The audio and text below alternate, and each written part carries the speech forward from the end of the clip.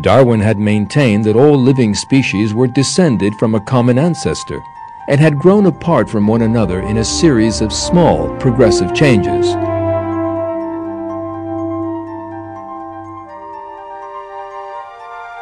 He hoped that fossils would provide evidence for that claim.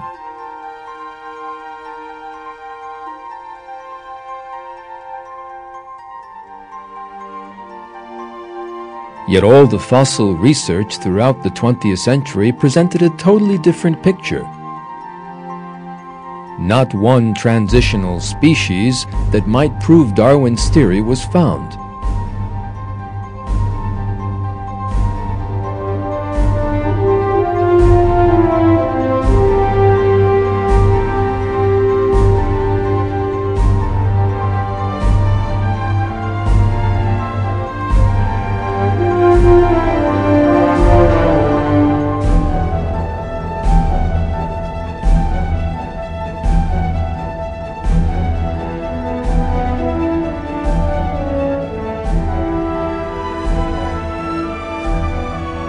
For example, the phenomenon known as the Cambrian explosion is by itself sufficient to destroy the theory of evolution. Almost all the basic categories in the animal world emerged all of a sudden in that early geological period. Living things from very different classes such as mollusks, vertebrates, arthropods, and echinoderms with their very different physical characteristics emerged with their exceedingly complicated organs and systems all at once. This fact that emerges from the fossil record demolishes the theory of evolution and is proof of creation instead.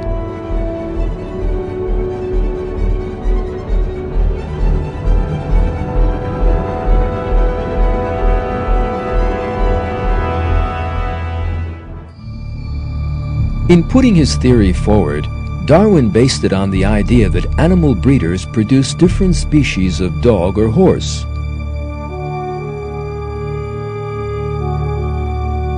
He then applied the changes observed in those creatures to the whole of nature and suggested that all living things might have descended from one common ancestor in this way.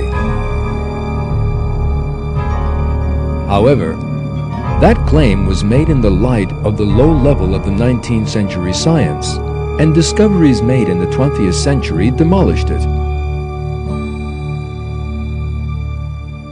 Decades of observations of different animal or plant species reveal that variation within living things never went beyond specific genetic bounds.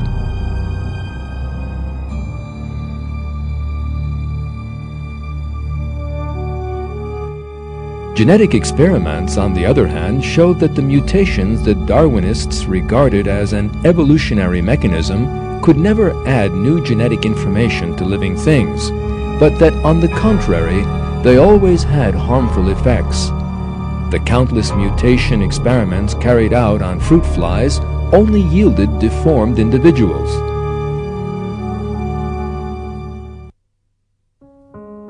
According to Darwin's theory, life on Earth must have begun from inanimate matter. So how did the first living thing come about?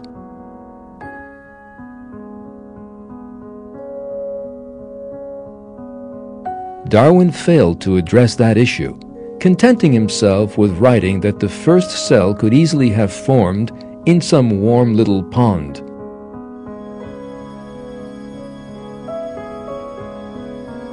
Those evolutionist biologists who attempted to make good this deficiency in Darwinism ended up disappointed. All observations and experiments showed that it was impossible for a living cell to emerge from inanimate matter.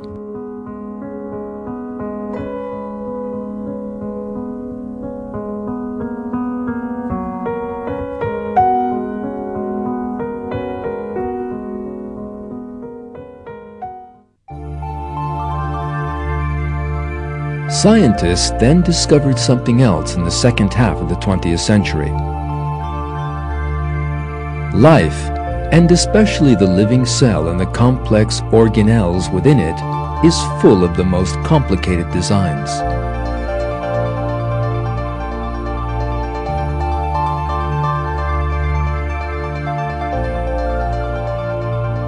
our eyes, with which no camera can possibly compare. Bird wings that inspired aeronautical technology.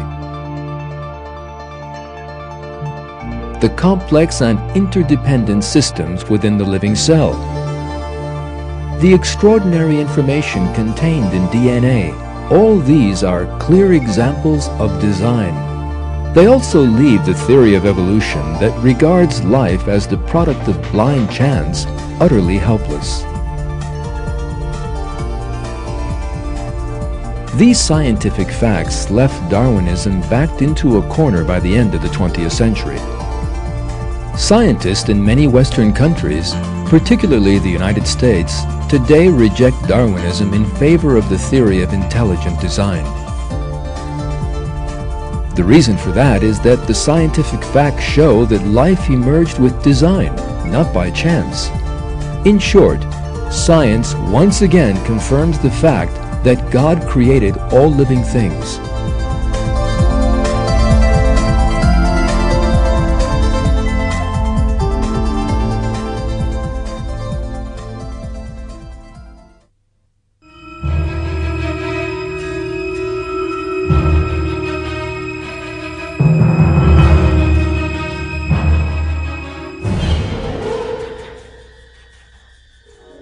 The Austrian psychiatrist Sigmund Freud represented atheist dogma in the psychological field in the 19th century.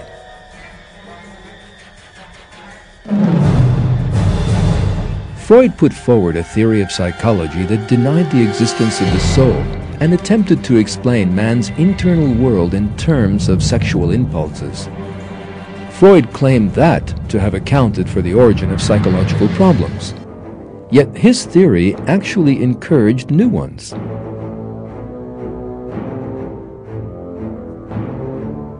This teaching, which describes man as a species of animal that lives only to satisfy its selfish desires, actually increased loneliness, fear, and depression in people by debasing spiritual values.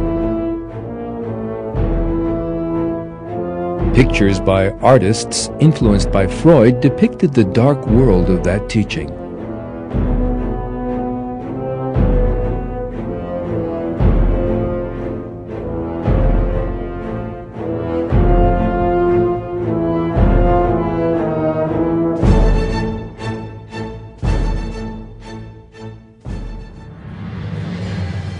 Freud's most important attack was aimed at religion.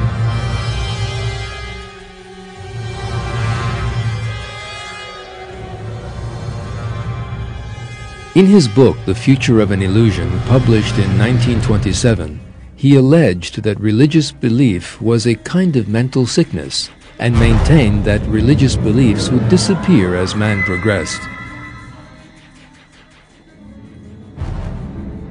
Other prominent 20th century psychologists were fervid atheists too, as well as Freud.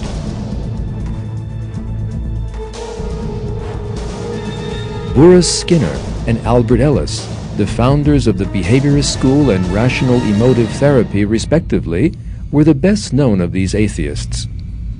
As a result, psychology came to be a breeding ground for atheism. A 1972 poll among the members of the American Psychology Association revealed that only 1.1% of psychologists in the country had any religious beliefs.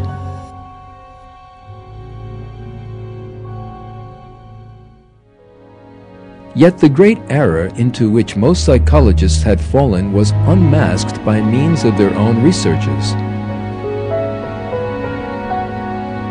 It emerged that Freud's theories in particular had almost no scientific foundations. It was also realized that contrary to the claims of Freud and certain other psychological theoreticians, religion is a fundamental of mental health. The American writer Patrick Glynn sums up these important developments.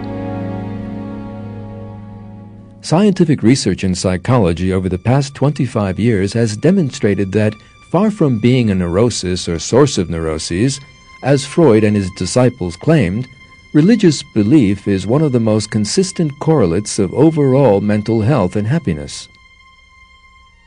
Study after study has shown a powerful relationship between religious belief and practice on the one hand, and healthy behaviors with regard to such problems as suicide, alcohol,